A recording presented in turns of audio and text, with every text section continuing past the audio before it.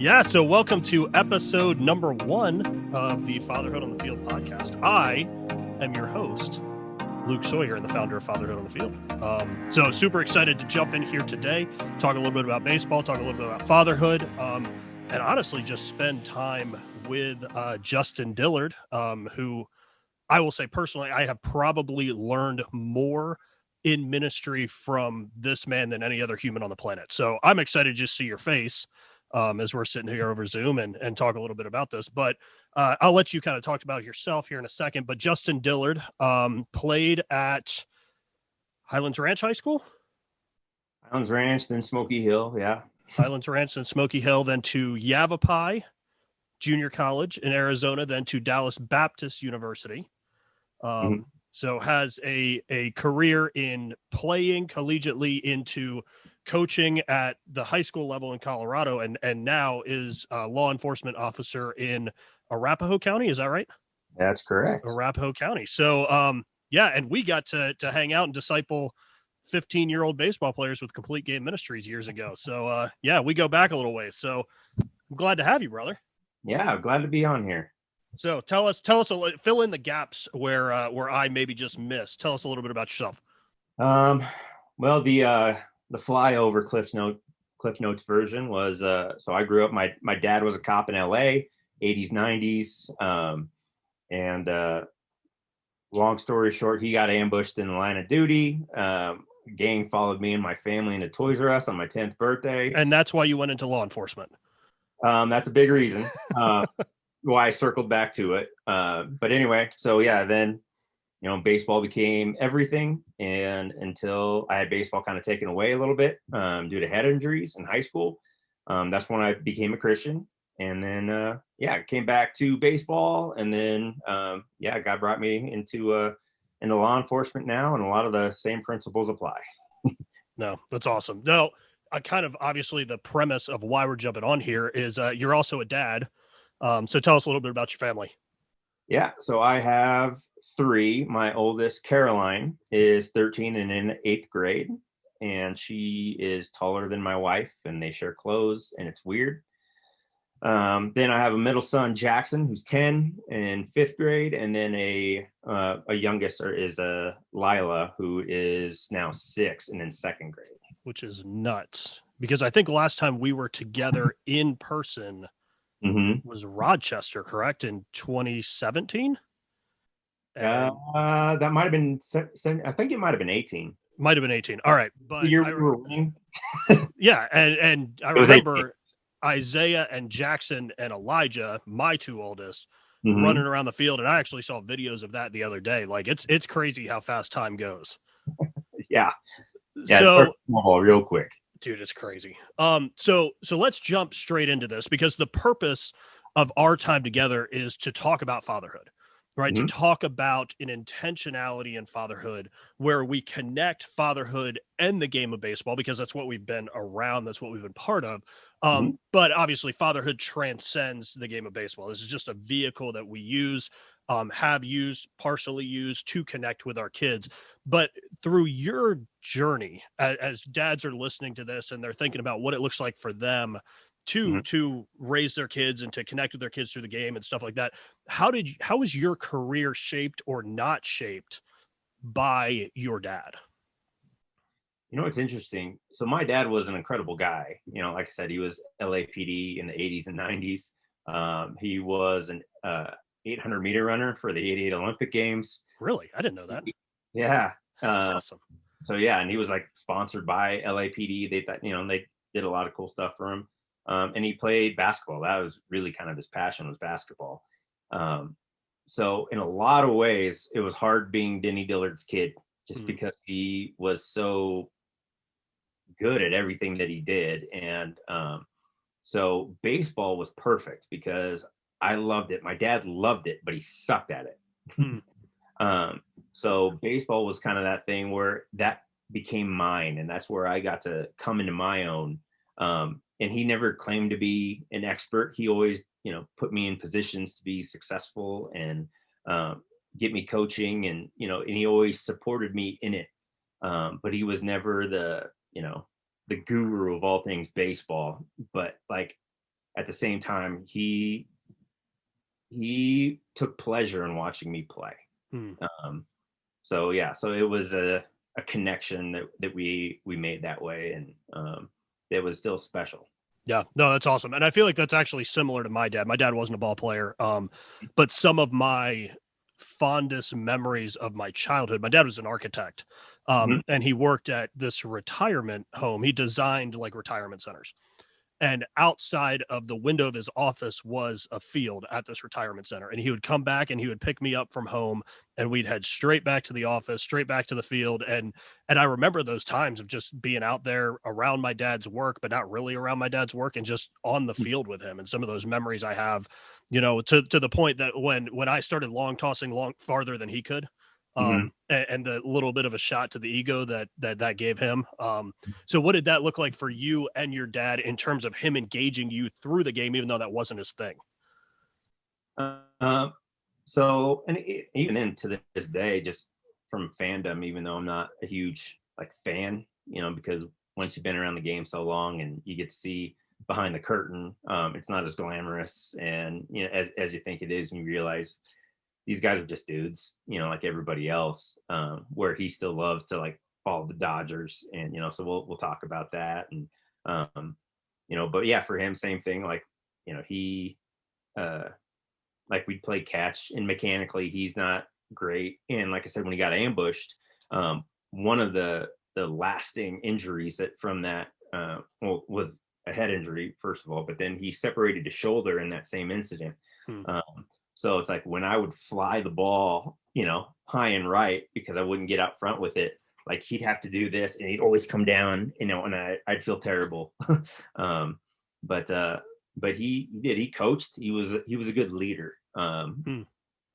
Coming from what he got to do at LA. And so he put together some incredible teams talent wise. And he put us in a position to be successful. Like I said, he knew how to bring the best out in people. Now it wasn't mechanically, because that he didn't know, but teamwork and things like that. So to this day, like some of my closest friends are guys that I played with when I was 12, 14 years old. So Yeah. Now, do you feel like because I'm looking at it from this perspective, one of the kind of the driving factors for the beginning, the inception of fatherhood on the field was dads coming to me and saying, "Hey, listen, like my 6-year-old, my 8-year-old, my 12-year-old mhm, loves the game, but I know literally nothing about it. Like it's not my thing. It doesn't get me up in the morning. I don't really enjoy it, but I want to connect with my kid." Do you feel mhm. like for your dad that was something that he learned to love because of you, or you kind of shared in that on the front end? Well, he loved baseball, like just the Americana of it all. Sure. Growing up liking it, like he just wasn't good at it, was all. Yep. And but what baseball really was, was the means to the end. He got to pour into me, work ethic and leadership things that, that I've saw, him as a trainer in the academy, and all the things that he laid his hands to and had success with.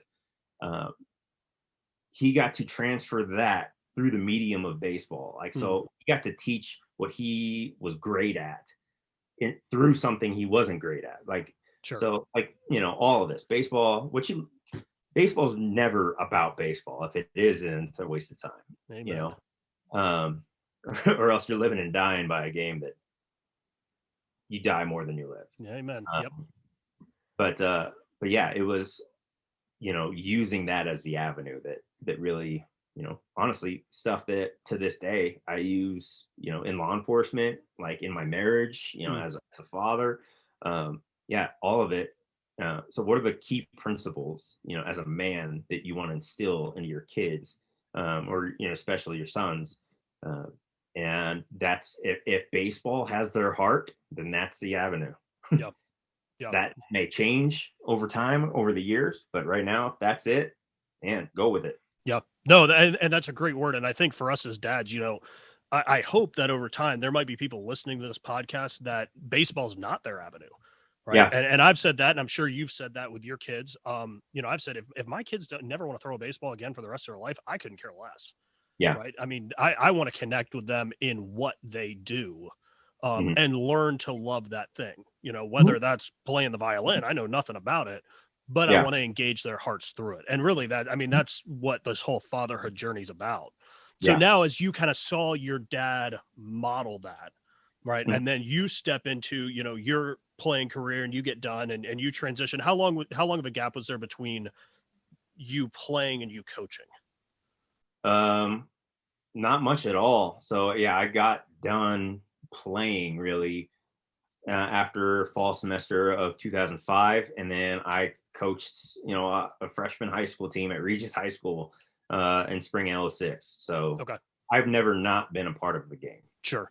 Well, until and now. now transitioning then even from being in the game for so long and now transitioning into law enforcement, I think Mhm. there's a lot of principles that ring true between those two things, right? In the game of baseball and world of law Sure. enforcement. But the Mhm. flip side is there are also two career paths that pull you away from your family a lot, right? If I you let mean, it, if you yeah. let it, sure. No. And so how have you, as a coach into law enforcement, working these kinds of careers, how have you engaged the hearts of your kids in the middle of that tension? Well, doing it from the baseball standpoint, honestly, was harder because being both in baseball or in ministry through baseball, with Complete Game and FCA and Athletes in Action, like we did. There was no clock. You don't clock in and clock out. Sure. When you're recruiting college guys, like you answer the phone when you're able to get a hold of them, Right. and so there are no boundaries on it.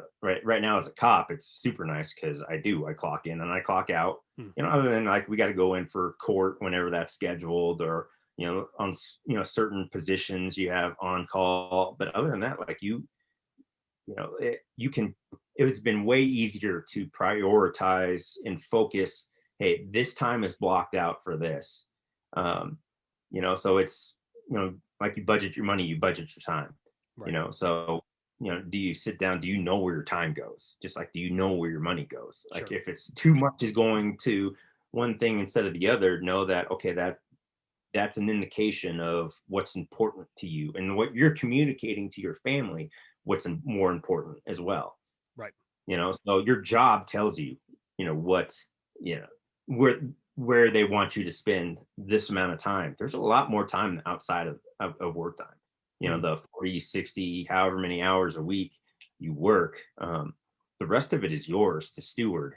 Um, when it's, so that's growing up, like with coaching, like especially like in college, they tell you what your time is, and it's easy. You fall into that and you do it. Right. Well, now you're your own coach, and you get to dictate a lot of that time. So it's just whether or not you're intentional or not. So how are you intentional in that? Obviously, we got Jackson, we Mhm. got the baseball side, right? But you got Caroline, you got Lila, who I'm guessing are not waking up and living, eating, and sleeping the game of baseball. So Lila is surprised. really, okay, that's awesome.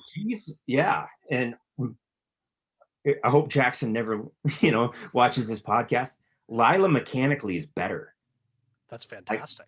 yeah, I mean, if Jackson had the same throwing mechanics as Lila does, he would have a cannon. And right now he thinks he has a cannon. He gets away with it. But he can swing it a little bit, right? Oh yeah, he can swing it, but Yeah. even like he's like Lila's just more natural. I Hmm. I don't know. Like Jackson's not bad. I'm not. That's not what I'm saying. But and Lila loves the game. She's grown up. Her life has been at the ballpark and around the Sure. game. Yeah. No, Yeah. and it's interesting, and I think that this is kind of going off a little bit on a tangent here, but it's interesting just that idea of like they learn to love what dad loves, Hmm. right? You're on the field, and whether you even love the game or not, they're around it, right? So they see it all the time, and that's Yeah. it's their comfort space, right? And that's Hmm. something for me as a dad that I've been struggling with lately, honestly, is looking at my 8 and my 6-year old who both live, eat, and sleep the game of baseball. I've been around this game my whole life. I've worked in this game my whole career. Hmm. Do they love the game of baseball because of the game of baseball, or do they love the game of baseball because this is where they connect with dad? Yeah. I don't That's have an answer for it, but that's something I've been no. wrestling with internally. And at the end of the day, it doesn't matter. No, not really. You know, But my unless it only matters if there's any sense in them that they feel like they're earning dad's favor yeah, by playing the game. And I feel like that's the tension. yes, yeah. So which I think we're gonna get into more here in a little bit. Sure. But yeah, then that's the potential for it becoming toxic. Right. Um, but yeah, really, it's from a kid's standpoint, and they watch where your passion is, where your time, where you're giving your time, and they may not be able to verbalize these things, but they see it, and that's what they're catching, Right. and so it's just how intentional are you inviting them in to be a part of that. Yeah. So the kids love the game because you invited them in and they were a part of it. Same thing with my kids, like, up in Rochester, they were at the ballpark, and it wasn't taking me from them. We did it together. Sure. Um, so yeah, it doesn't have to be baseball. It could be anything. It's Right. either competing with them or it's something that they feel they have ownership in as well. No, and I think that's hugely important, whether we're talking to dads who are in the game, out of the game, whether you're a financial planner or a cop or in the game of it really is irrelevant, right? Mhm. It's it's providing spaces for your kids to enter into your life with you. Yeah. I've got a good friend of mine he's got four, but they're older, and we were sitting down maybe 6 months ago, and I believe his oldest is 18 now. And Mhm. one of the things he told me, he said, when she was younger, I learned to never leave the passenger seat empty.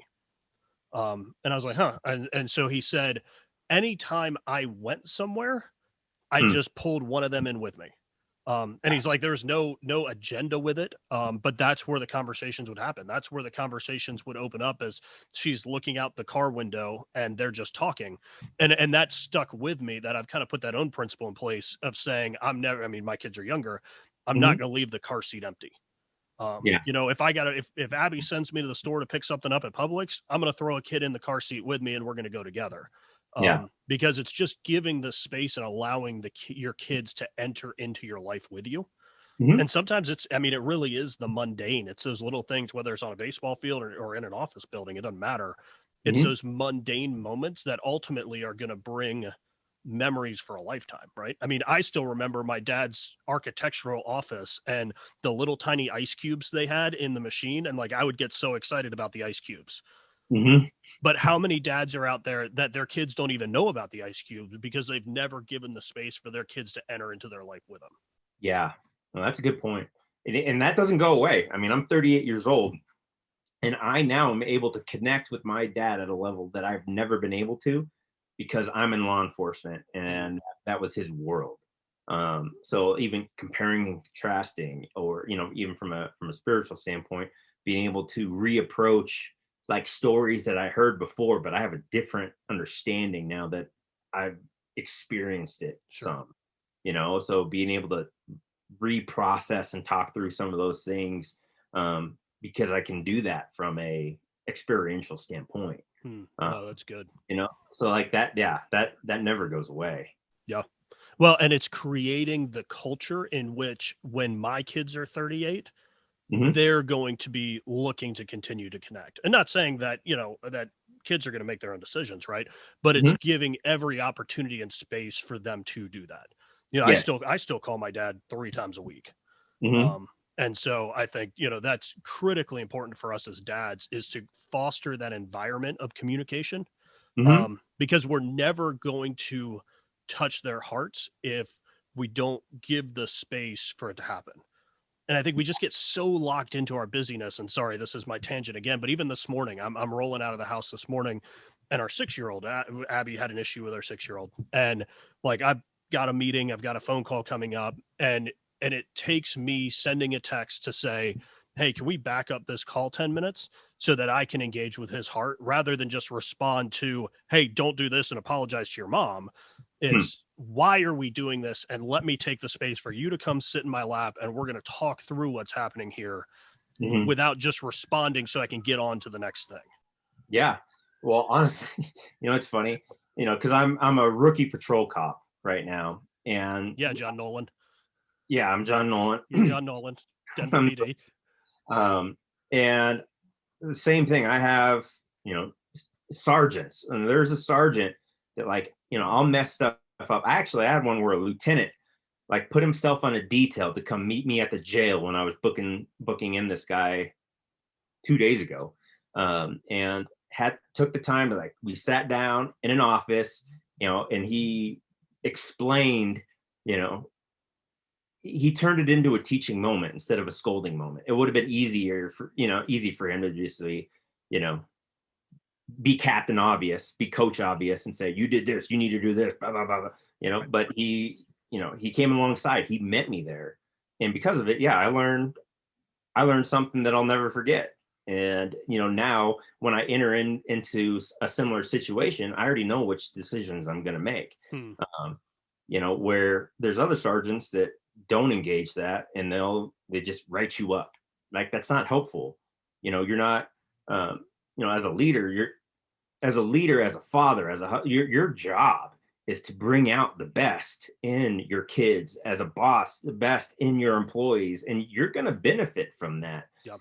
But it's you pouring into them that's going to teach and lead and get you on the same page together. Yeah, no, 100%. And I think that's a great segue to kind of the direction I want to go next, because I think from your perspective of law enforcement, being a baseball dad, right? Being an ex-baseball guy, coaching Jackson in Little League and stuff like this, when you talk about that, engaging the heart of your kid, or even engaging the heart of your staff, right? To get the most out of them, like you were just talking about.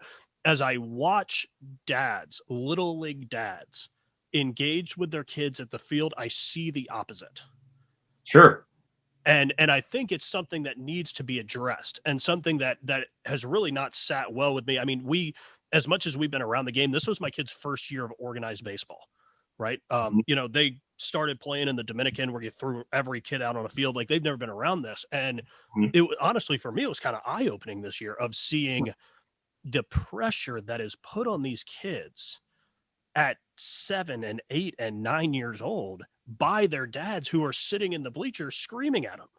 Yeah. Right. Or the dads who are telling their kids, to change everything in their stance while they're in the box between pitches, and then confused when the kid doesn't have success because he's moved himself up and back and dropped an elbow and gained an elbow and picked his foot up and put his hands down or whatever, 300 times in one at bat.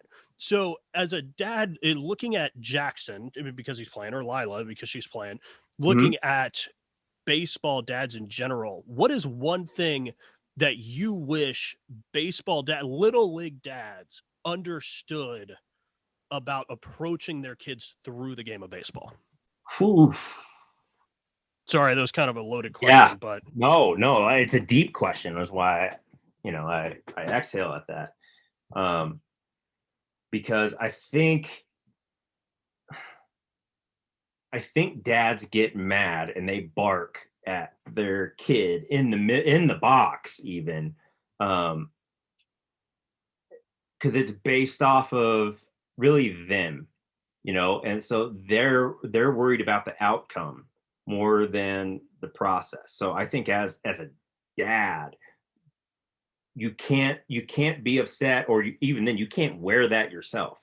Like, it's not, building up or breaking down your identity, by their performance. right. And if you're putting that on them, then yeah, you're going to be ticked a lot.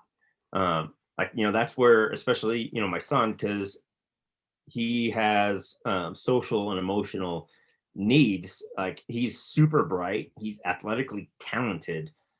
He just he doesn't know how to, like, read a room and know, like, dude, that's not appropriate, or like, he misses social cues.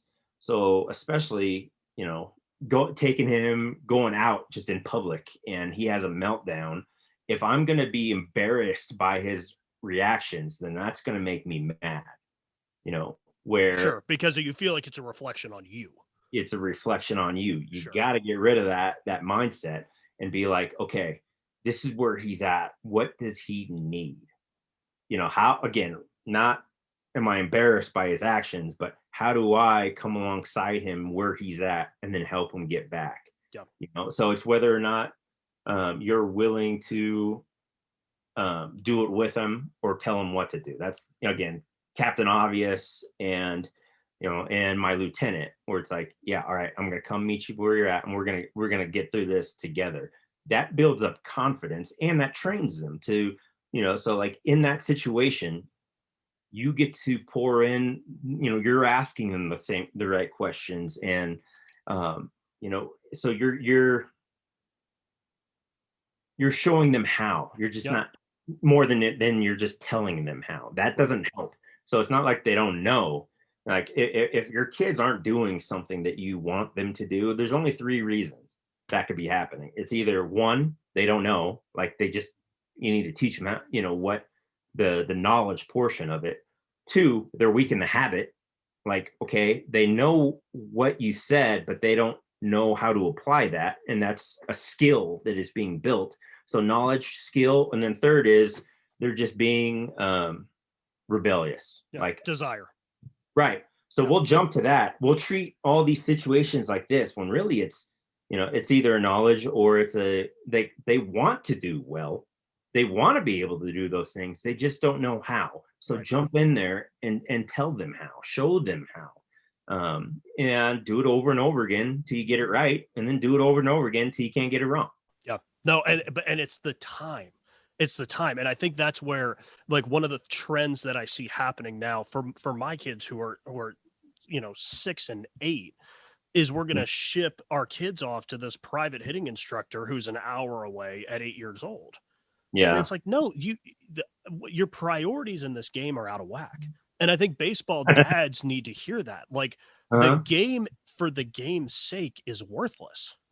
Right. The only purpose of this time right now with 6 and 7 and 8 up to 12 and 13-year-old kids is to connect with their hearts through the game. I mean, one of the things that I would sit there and I would see dads react to these things. And internally, I'm thinking, one of the best things that could possibly happen to my kid right now is for them to lose or him to strike out, because this game teaches you failure and you need to learn how to deal with it. I want those things to happen. I am much more concerned with his character development than I am with what he does on the field. Exactly. Like, and honestly, just for myself personally, I love the game. I love working with, like, especially higher levels, coaching, these college guys, is because the game, it's not life or death. It doesn't matter in the long run. Nobody, unless you're in the big leagues, nobody cares if you win your game except for you. Like, everyone else, it's like it does not matter. Right. But to these guys that care about it so much, to them, they treat it like it's life or death, which is a great training ground, because now I get put into situations as a cop that are life and death situations. But I feel like I've had that training mentally so much because of it. So again, the game was the avenue that I learned that from. Right.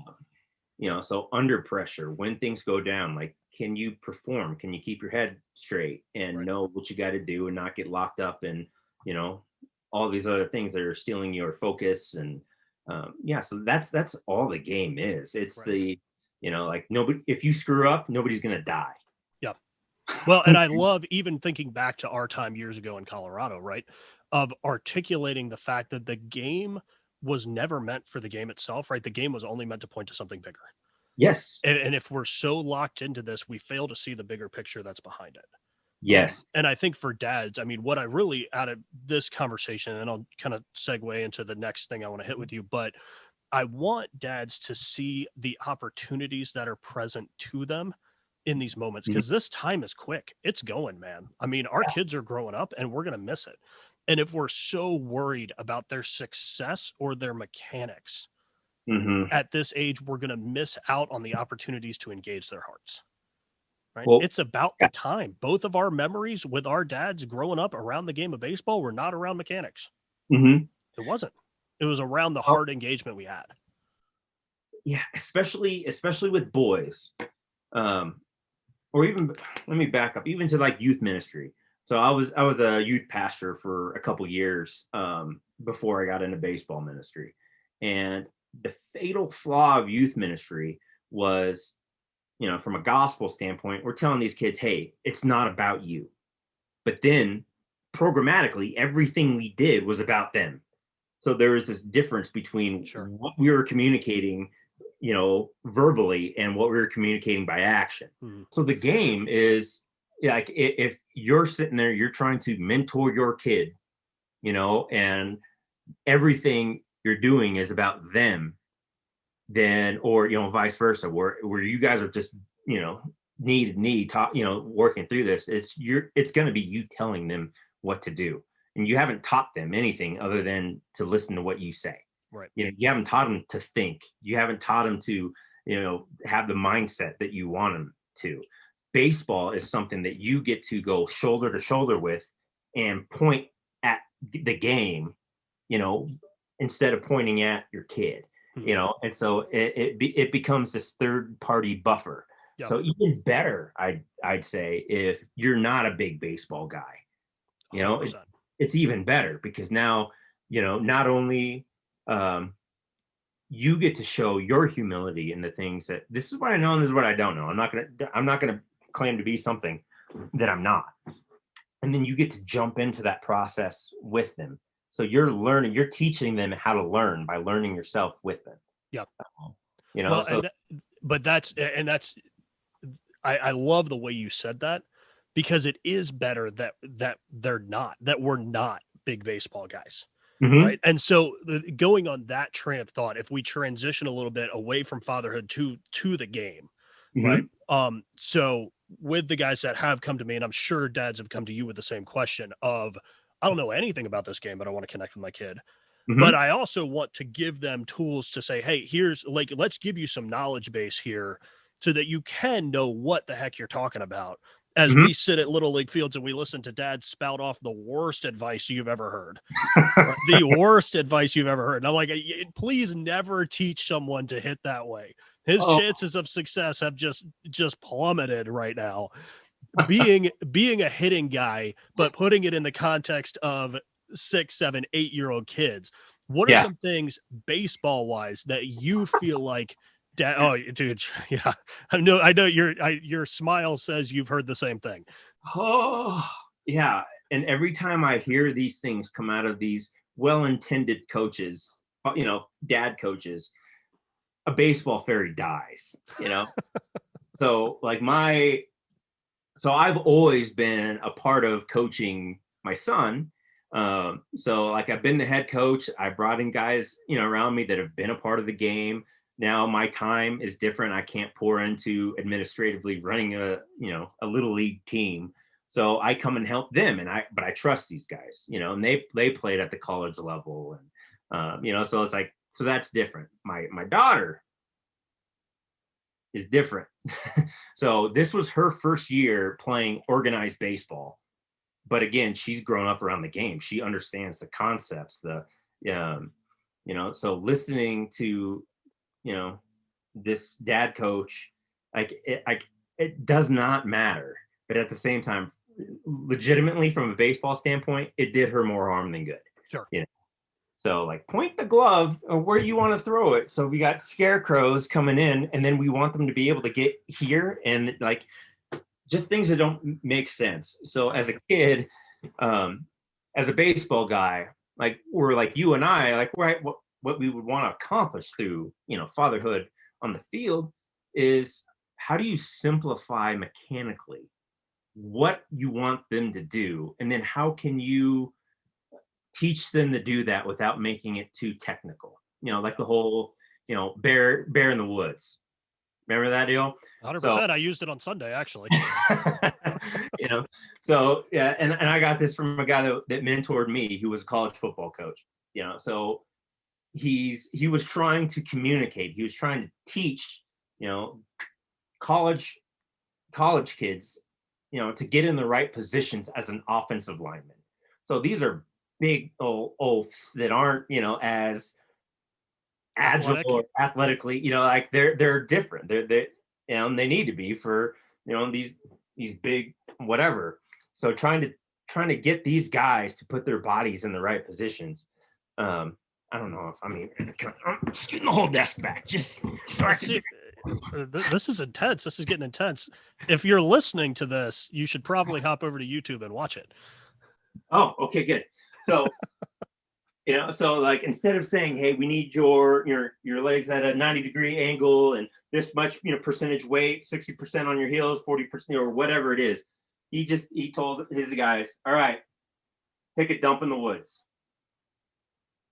You look for bears.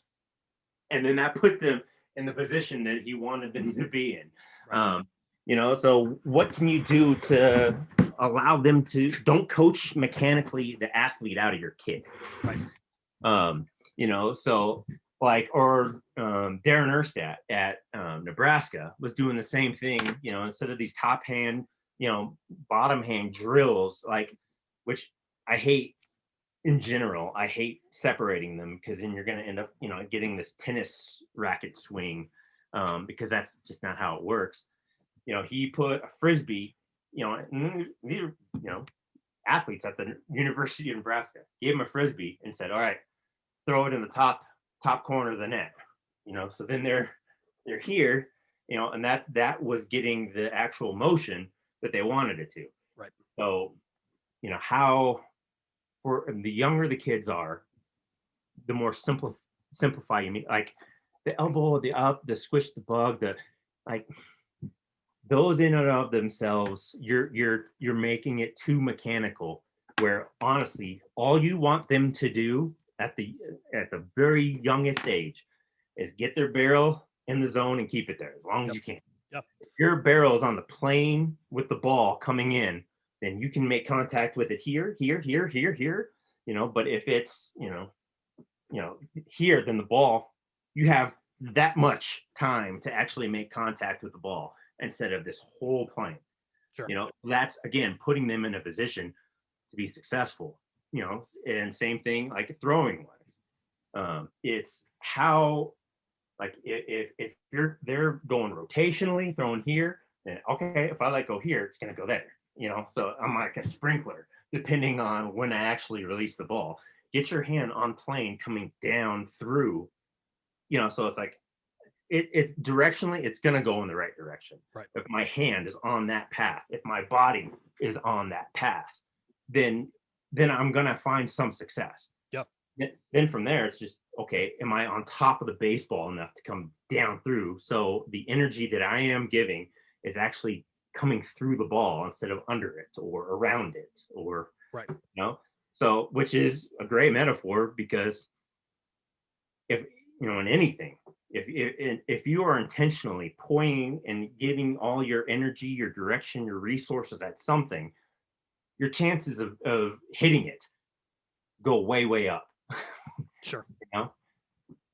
So no, and I love that, because I think that's one of the principles I've abided by with my kids.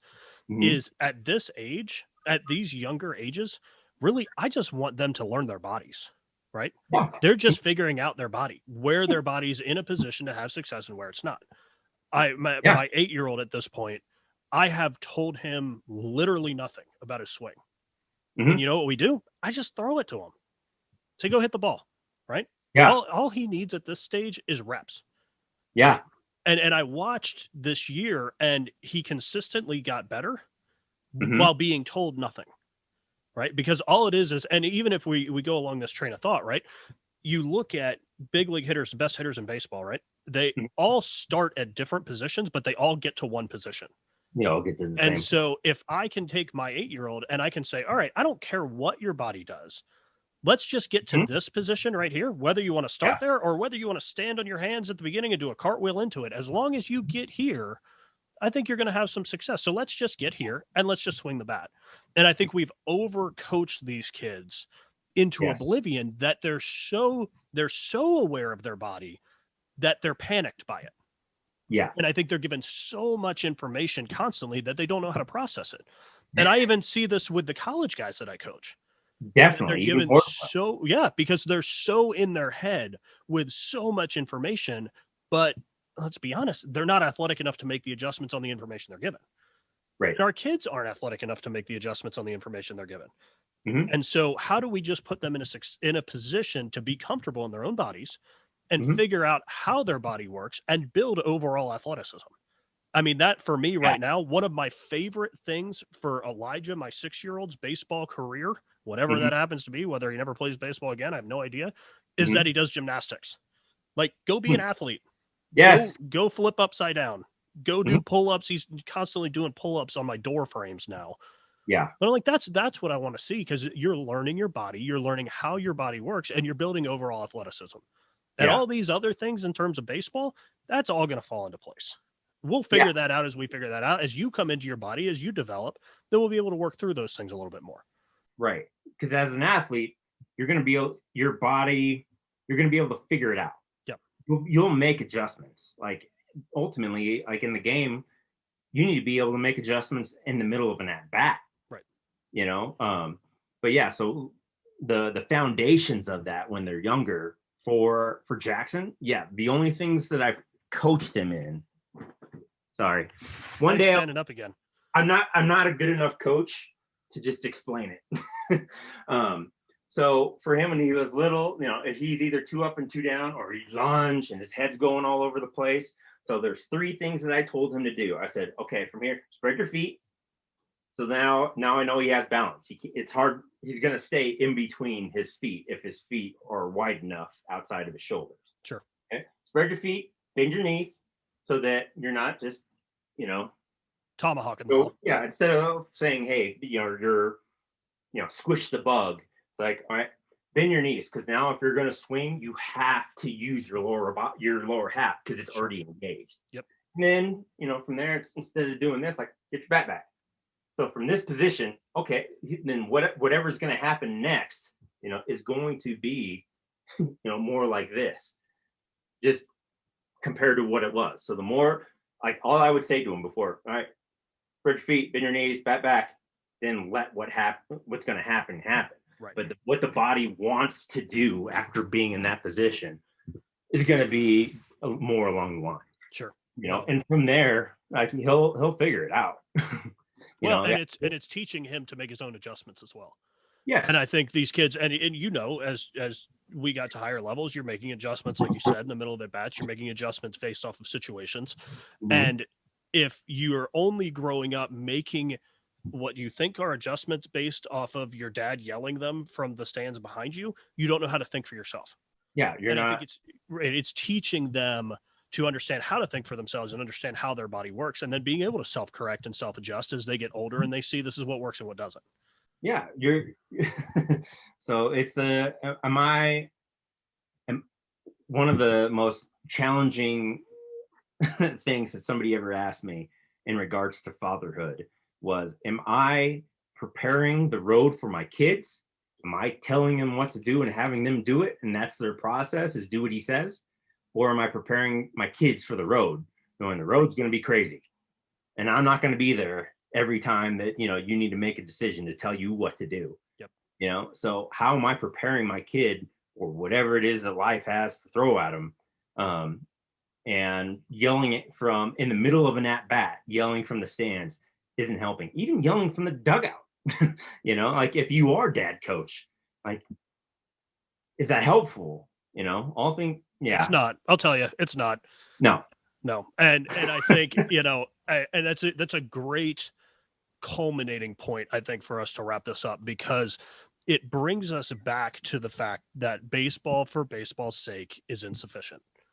Everything you just said, right, is even the things that we're working with our kids on the field are just meant to point to something off the field, right? How do you self-correct, right? How do you understand to deal with adversity? How do you make adjustments in life, right? I mean, and I think for me, and I'll end off with this, and we'll call it a day, but I remember very specifically when Isaiah, and you probably remember this too, but when Isaiah was born, he stopped breathing on us after a week. Yeah. And got medevac to, I don't even remember, Children's Hospital, I think in Denver. I don't remember which one, but I remember sitting in pediatric ICU. He's got tubes coming out of him everywhere. Right. Mm-hmm. And I'm thinking, I have said over and over again that this kid is a gift from God for me to shepherd, but he's not my own and he doesn't belong to me. And I'm sitting there looking at him, not knowing if he's going to make it, and thinking, do I actually believe what I said or not? Was I just giving lip service to this, or was this actually real? And I think in those moments of adversity, right, the things that I learned in dealing with failure as a high schooler, as a college player, like those moments of dealing with failure and adversity only helped prepare me for real life adversity. Yes. Right? You're dealing with people that are putting guns in your face. Like, baseball is completely insufficient for that, but maybe a small piece of what you learned on the field is helping you deal with the situations you're now dealing with off the field. Well, and it's about, like focusing on process and not outcome. So like, yeah, in the moment when your kid steps into the box right there, you just got to let whatever happen, knowing that you in the process have built them up in there. Like, yeah, for me, and I get in a situation, where there's a gun in my face. Okay. Whatever your lowest level of training is what you're going to revert to. Yep. Okay. So I got to be confident in knowing that my process has been so much time into, okay, under stress, I've done this so many times that it'll happen naturally, because you won't have time to think about it. Under pressure, like, yeah, your fine motor skills go away. Like, so how are big, like, how are your what's the word I'm looking for? Gross motor skills. Gross motor skills. Yeah. How are my gross motor skills? How am I going to be able to rely on that to get the job done? Yep. How am I, like, that's what's going to come out. You're not thinking about keeping your elbow up in that moment, or, whatever. So, and that's the same in adversity. You got to put them in so many positions that have pressure with grace. If you fail, like I said, nobody's going to die if you mess this up. Right. But you got to be able to mess that up and then do it again, and mess that up and do it again, and learn how to figure it out. Sure. So like, even like within baseball, mechanics aren't the game. There are guys with great swings on a camera that can't hit crap. They're called 5 o'clock hitters, because once they step into the box where hitting is actually done, they can't translate it. Yep. So it's how are you preparing them for to deal with that adversity and failure? You want them to figure that out in a batter's box, and not, in the hospital. Yep. Amen. No, it's beautiful. Well, hey, brother, I appreciate you. But more than anything, I appreciate the example that you've set for so many men in your life. The example that you're setting for your kids. As I love the opportunities that people have to hear from you, because I think you're a wealth of wisdom and knowledge, maybe in the game, but ultimately in life and in fatherhood and in ministry. Like, you're killing it, and I appreciate you. So thanks for taking the time to jump on here and do this with me. Well, thanks, brother. Well, just know, yeah, it doesn't always feel that way, so be encouraged by that. It's just truth over time of being intentional, and, hopefully you can actually be that example. But yeah, but you never feel like it at the time. No, I'm with you on that. Well, awesome. Well, thanks, guys, for listening to episode number 1 of the Fatherhood on the Field podcast. We will be back soon with more guys who love Jesus, love fatherhood, know a little bit about baseball. So we're excited to do this with y'all, and would love to hear from you guys on what you want to hear about, and things that we can talk through. So thanks for jumping on with us.